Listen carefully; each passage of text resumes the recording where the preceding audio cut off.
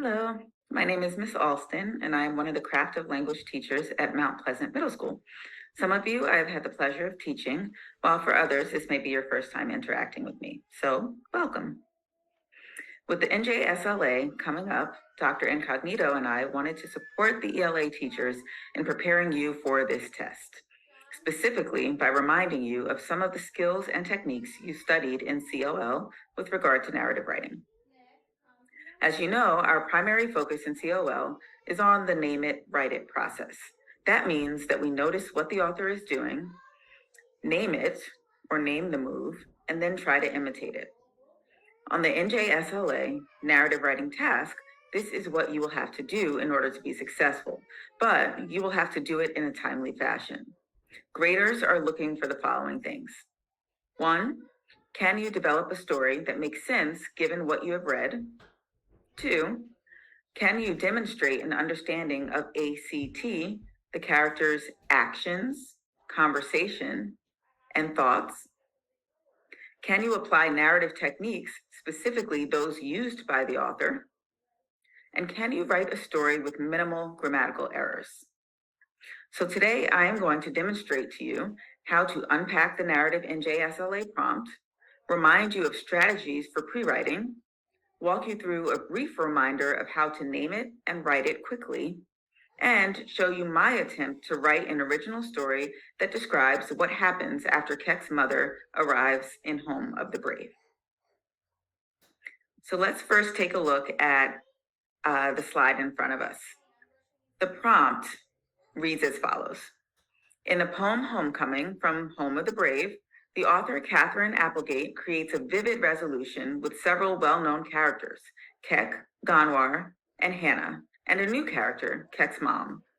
Think about the details the author uses to establish the setting and the characters. Write an original story about what happens after Keck reunites with his mom at the airport. In your story, be sure to use what you have learned about the setting and the characters as you tell what happens next. So the first thing you need to do once you've read the prompt is figure out what exactly is the prompt asking you to do. And the best way to do that is by annotating and highlighting keywords. So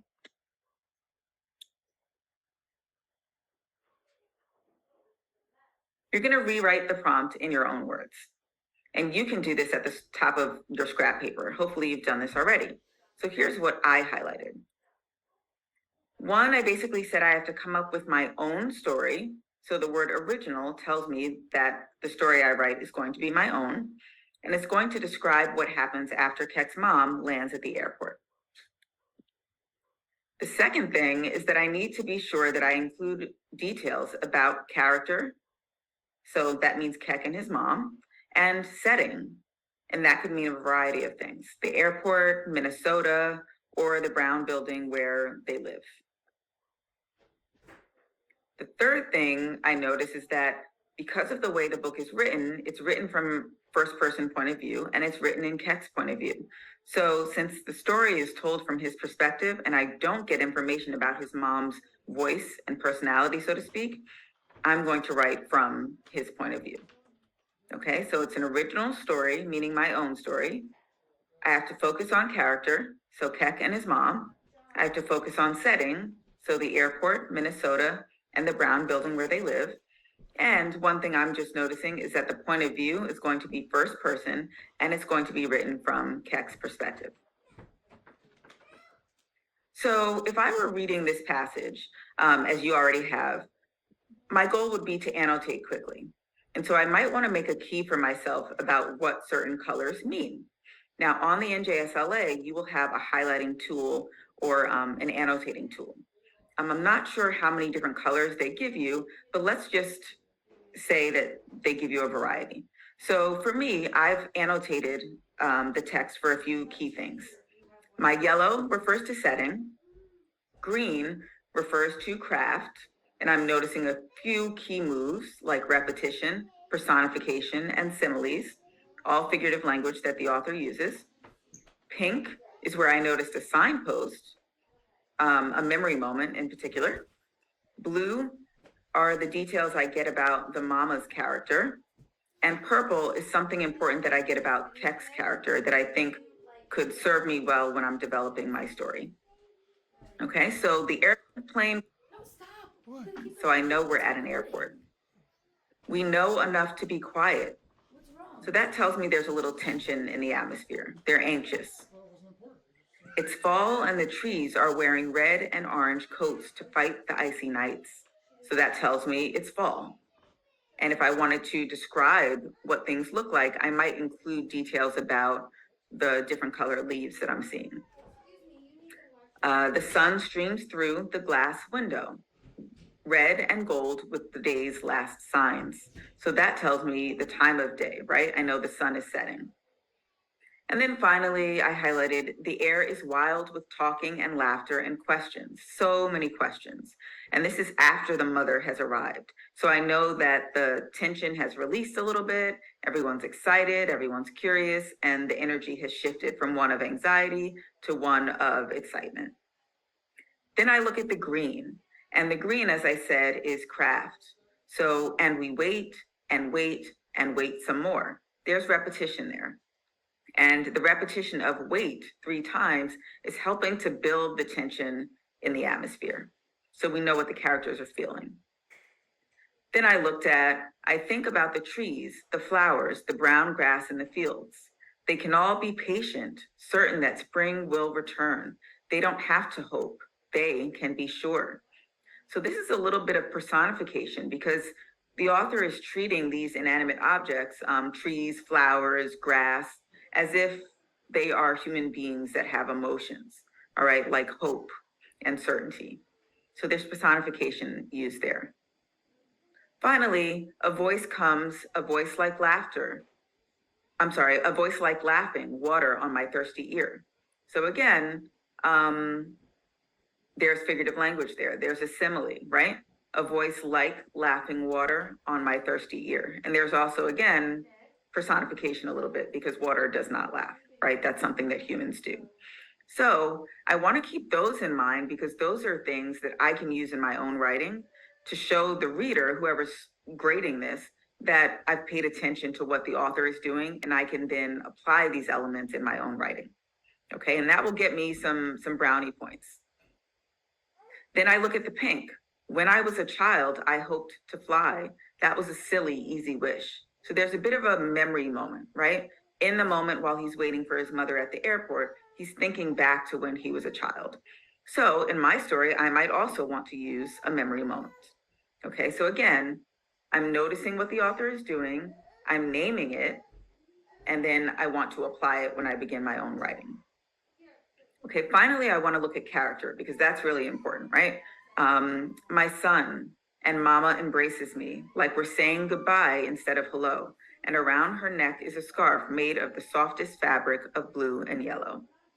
So just the my son is in italics. There's an exclamation point. So I know she's probably a very loving person. She's excited at this moment, relieved to see her family.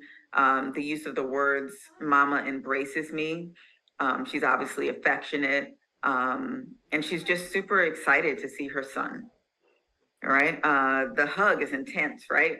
We hug like we're saying goodbye instead of hello. All right. So there's an intensity between the two of them. We walk together like one person. That's interesting, right? The mother and the son finally feel whole again now that they're back together.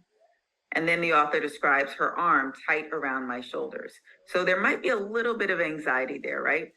She could be just so happy to see him that she doesn't want to let him go, or she might be a little nervous about her new surroundings, right? And then later, as they reach the escalator, Mama freezes. So that definitely shows a little bit of nervousness or anxiety on her part. Okay, so I'm going to take all of these things and I want to try to incorporate these elements in my own story when I write. So let's see what's next. Okay, when we pre-write, we can use a plot diagram or whatever we want, right? On the left side of the slide, there are reminders of some of the narrative elements: characterization, dialogue, internal thinking. Signposts are not really narrative elements, so to speak, but they're definitely craft moves that we can use in our writing. We need a conflict, whether it's internal or external. We need to be mindful of our paragraph breaks when we're writing. And then we want there to be a theme, right? What did the character learn? And then what did we as readers learn? Now, when you're getting ready to write for your story, you don't have a whole lot of time to pre-write. So I want to remind you of a few techniques that we studied in COL. One, you can use Freytag's pyramid or the plot diagram as you probably know it. Two, you can use the narrative elements listed to your left and just think about, what do I want my character to be like? What do I want him to sound like or say? Are there thoughts that are going to be expressed to the reader? What do I want the conflict to be? And what do I want the theme to be?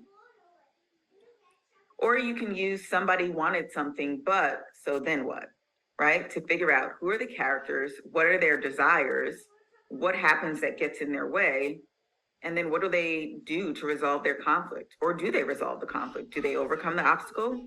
We don't know. The choice is yours. Okay, one thing to consider is that since, in this case, they're asking you to write a continuation, remember that you don't have to start from scratch. And the same can be said for the other alternative prompt, which is that they ask you to rewrite a scene in the story from a different character's perspective. You're not starting from the very beginning because the setting and the characters and some of the conflict in the background have already been established for you, right? You're writing based off of a story that you've already read and that's already been created. So yes, you need a beginning, middle, and end, but remember, you're not starting over completely. Okay, in this case, we're writing a continuation. So we really do want to use the story as a little bit of a background, right? Of a starting point. So that's kind of like our exposition. All right, so when I did my brainstorming, I used Freytag's pyramid. Okay, so in the exposition, what are the characters, setting, and backgrounds? Well, I know the setting is an airport, and I know that the airport is in Minnesota. And I also know that they live in a brown building. So at some point in the story, that might come up. The background, well, we know that Keck arrived first and now his mother has arrived.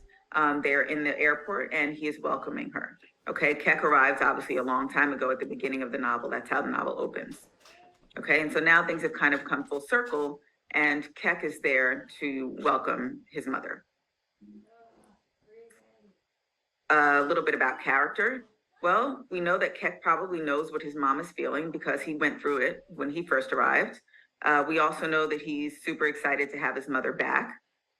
And with Mama, we don't know a whole lot about what her experience was like, but we do know from the passage that we read that she is glad to see Keck, but is also afraid and a little bit scared.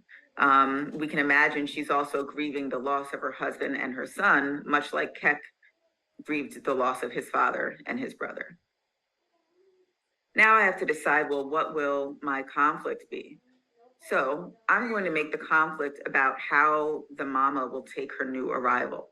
Okay, is she going to stay excited? Is she going to, melt down and just be overcome with grief?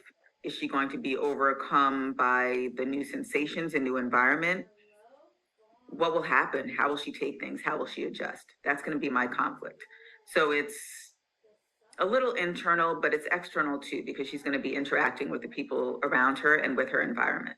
I also kind of want to think about how Keck's going to respond to that, because he now kind of has a job to do, right? Is he going to console her? Is he going to fall apart with her? What is he going to do?